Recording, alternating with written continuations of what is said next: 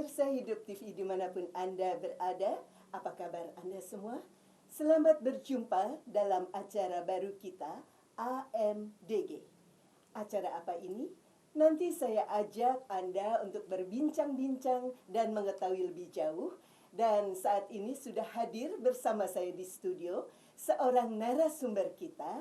Beliau adalah Romo Profesor Dr. B.S. Mardiatmodjo, SY. Selamat datang Romo Mardi. Terima kasih, selamat berjumpa kembali semua pemirsa yang terkasih. Ya, Romo, pada kesempatan kali ini kita akan berbincang-bincang dalam acara yang disebut AMDG.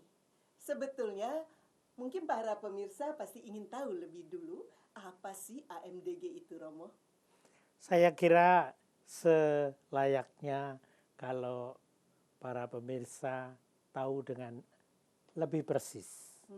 Karena barangkali para pemirsa sudah pernah mendengar kata AMDG, tapi mungkin dalam arti yang lain. AMDG kadang-kadang kita lihat di gedung begitu, Ad Maiorem Dei Gloriam. Itu di beberapa gedung demi kemuliaan Tuhan yang lebih besar. Betul. Lah, kalau yang kita ini AMDG tidak dalam arti itu, walaupun mungkin wujudnya Ad Maiorem Dei Gloriam, ya boleh saja. Tetapi arti yang lebih khusus adalah sebenarnya ada kaitan dengan ajaran gereja. Judulnya, Aku memahami dogma gereja. AMDG.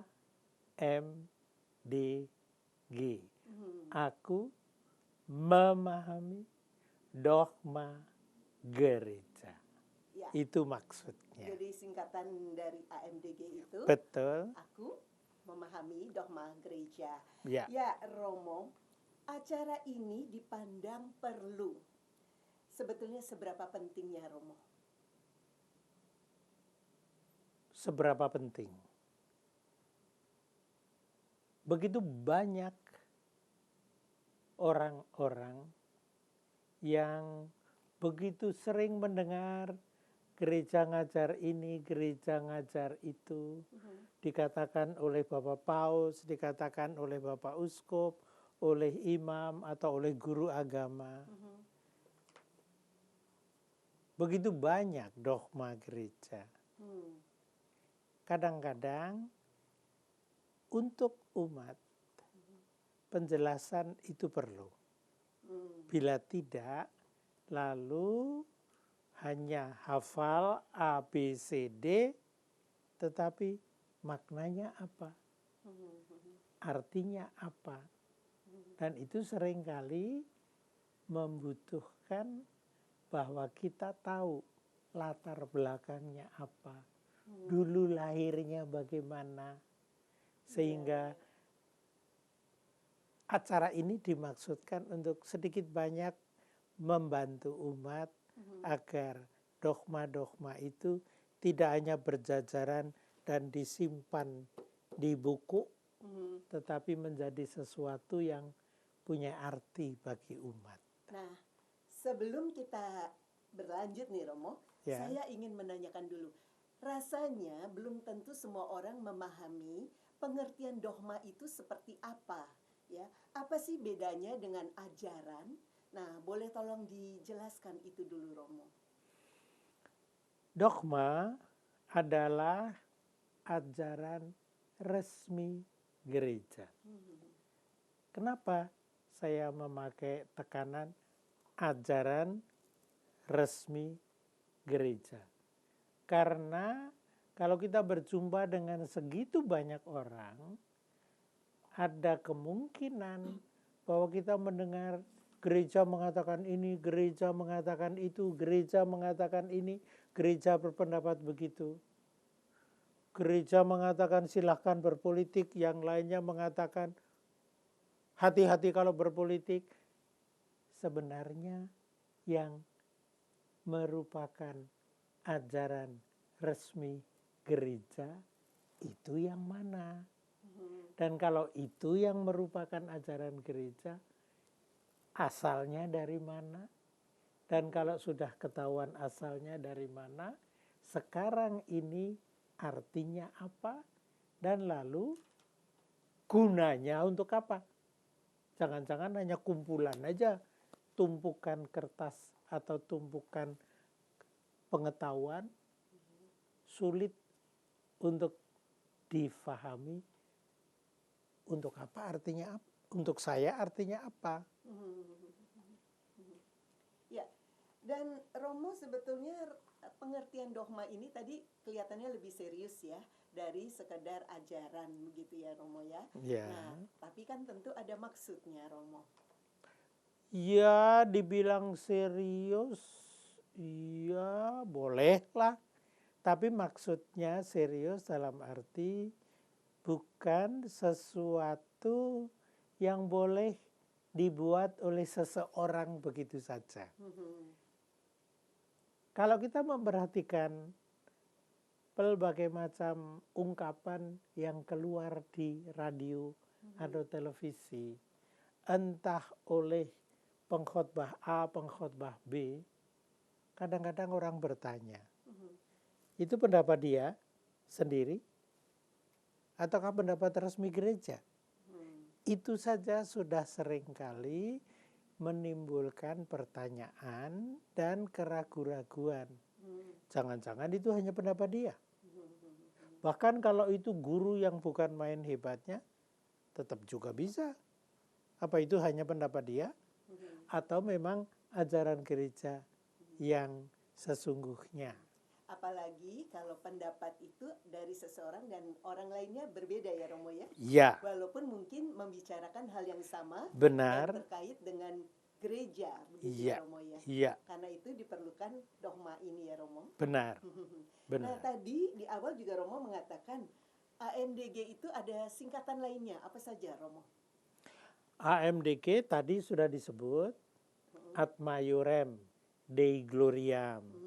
Yaitu untuk lebih besarnya kemuliaan Tuhan. Lalu yang kita sedang garap ini adalah ayo memahami dogma gereja. Kalau memakai cara yang umum, kita juga bisa mengubah-ubah sendiri. Misalnya, aku mau aku oleh Gusti. Jadi dipeluk oleh Gusti. Tuhan. Ya, Romo Mardi, kita akan jeda sejenak. Nanti kita lanjutkan obrolan kita dan tentunya pasti lebih menarik lagi ya Romo. Ya. Pemirsa Hidup TV, jangan kemana-mana. Kami akan segera kembali.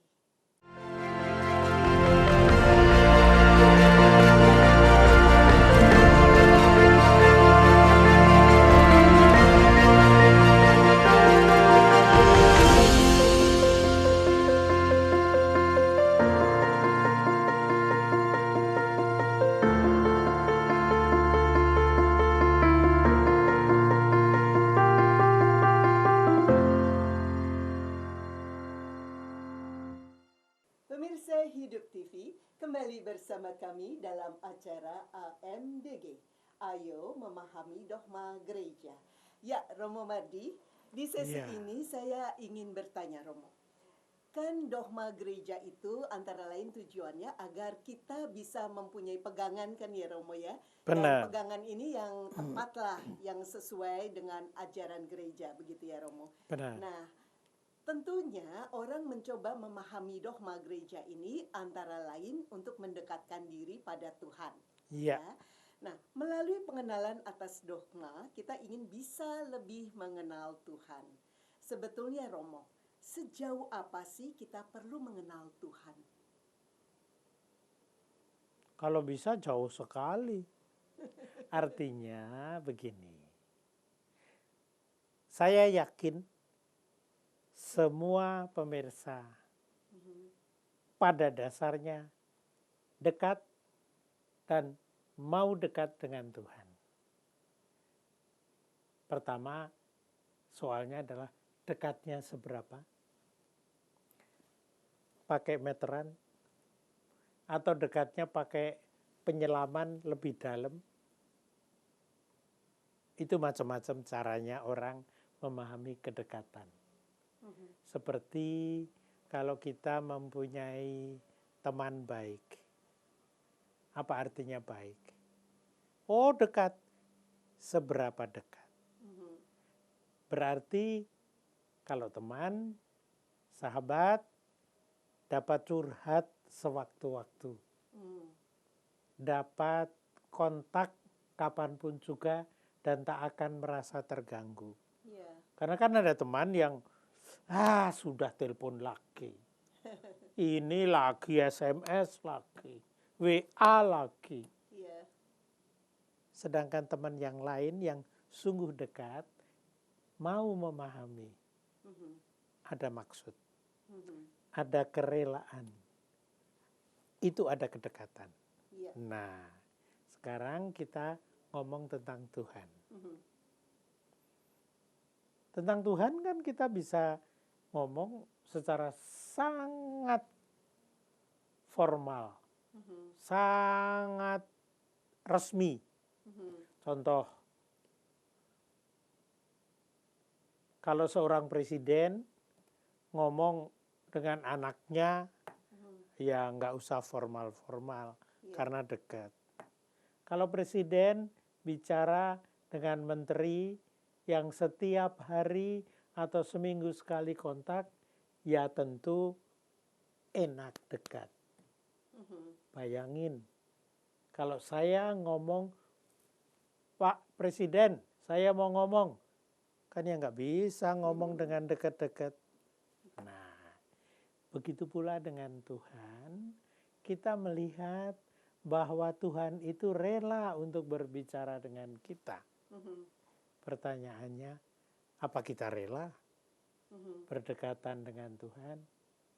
Apakah rela bahwa Tuhan menyapa kita? Contoh kecil. Berapa kali kita menyebut nama Tuhan? Misalnya saja, sekarang kan banyak orang yang punyai rosario, lalu membuat tanda salib dengan memakai salib dari rosario karena mau mendoakan rosario. Mulai dengan apa? Mulai dengan doa aku percaya. Saya bertanya kepada para pemirsa. Benar. Pasti, aku percaya pasti didoakan. Jelas. Coba sekarang diingat.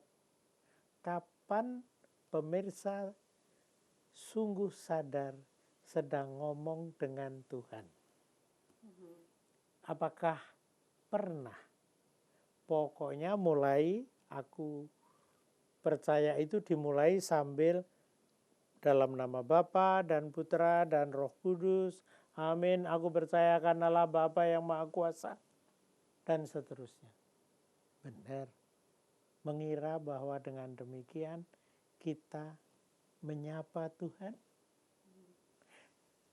Tujuan saya memberi contoh itu adalah saya percaya kita sering mengucapkan nama Tuhan. Sering mengucapkan nama Allah. Apakah kita mengucapkannya dengan sadar?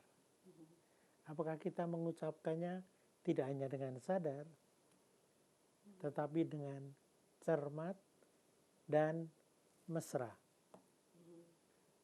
Apakah Romo Mardi hendak mengatakan bahwa kemungkinan masih banyak orang yang mungkin berdoa gitu, aku percaya, tapi sebetulnya itu hanya keluar dari bibir saja, bukan dengan penghayatan bahwa ia siap berkomunikasi dengan Tuhan? Antara lain itu. Tetapi juga ada isi yang lain. Begini, hubungan antara anak dengan bapak. Kita tahu, karena dengan Bu Janet ya, anak dengan ibu, kita tahu hubungan anak dengan ibu atau bapak itu tidak senantiasa sama mesranya setiap hari. Iya. Ada saat ketika anak melakukan yang baik-baik, maka hubungannya mesra sekali. Apalagi kalau dia membutuhkan sesuatu. Pasti dia mengajak bicara dengan mesra dan ini dan itu untuk kemudian pada sesuatu waktu mengemukakan kebutuhannya. Bayangkanlah, anak itu baru saja berbuat kesalahan. Bisa saja menumpahkan minuman, bisa makan tidak habis. Pasti kalau disapa oleh ibunya atau bapaknya, ya sedikit banyak menghindar. Saya khawatir hubungan kita dengan Allah Bapa, sebenarnya sesekali begitu itu juga. Pada waktu kita begitu gembira, pagi hari senang, masih bisa bangun dengan baik, senangnya bukan main. Doa pagi menyenangkan. Tapi kalau kita sedang marah, mungkin bukan marah besar, tapi jengkel. Mungkin jengkelnya tidak kepada Allah, tapi jengkelnya kepada orang serumah atau teman, atau mungkin jengkelnya malah hanya kepada tukang taksi yang nyerempet mobil saya. Itu bahkan untuk sembahyang pun, alah cepet aja deh, pokoknya udah segera selesai, Bapa kami, Salam Maria, selesai. Apa ingat? Bapa kami, itu Allah. Belum tentu selalu sadar. Nah, itu menyebabkan bahwa sebenarnya hubungan kita dengan Allah itu dapat berbeda-beda. Lapisannya, intensitasnya, maupun tanda petik serunya. Seorang anak kecil bilang, Papa, Mama, nilaiku bagus. Pasti begitu. Kalau pulang dari sekolah akan cerita begitu. Tapi kalau nilainya jelek, diumpetin. Dan juga kalau bisa nggak usah ngomong. Ya, Romo Mardi, kembali kita harus jeda sejenak, nanti kita lanjutkan lagi. Iya. Pemirsa Hidup TV, jangan kemana-mana, kami akan segera kembali sesaat lagi.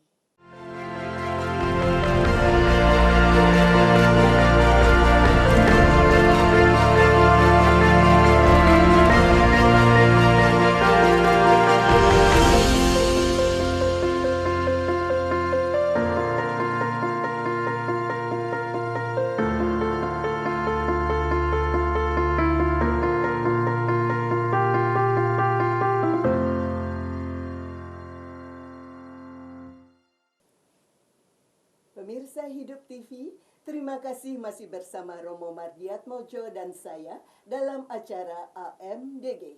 Ayo memahami dogma gereja.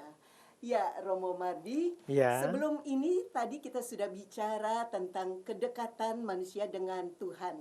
Seberapa sebaiknya kedekatan itu dilakukan, ya Romo.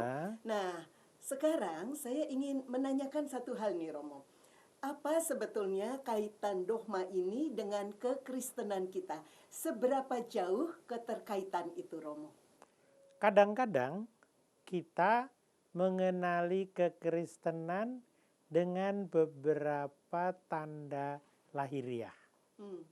Apa itu tanda lahiriahnya?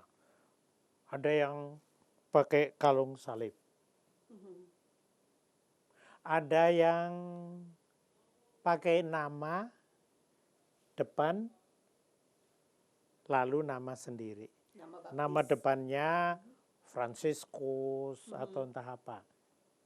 Boleh nggak? Boleh, jelas boleh. Pertanyaannya, terus apa artinya? Hal serupa juga berlaku kalau kita mempunyai KTP, kartu keluarga. Di sana ada tulisan bahwa kita Katolik atau Kristen. Ada artinya? Ya, ada tidak.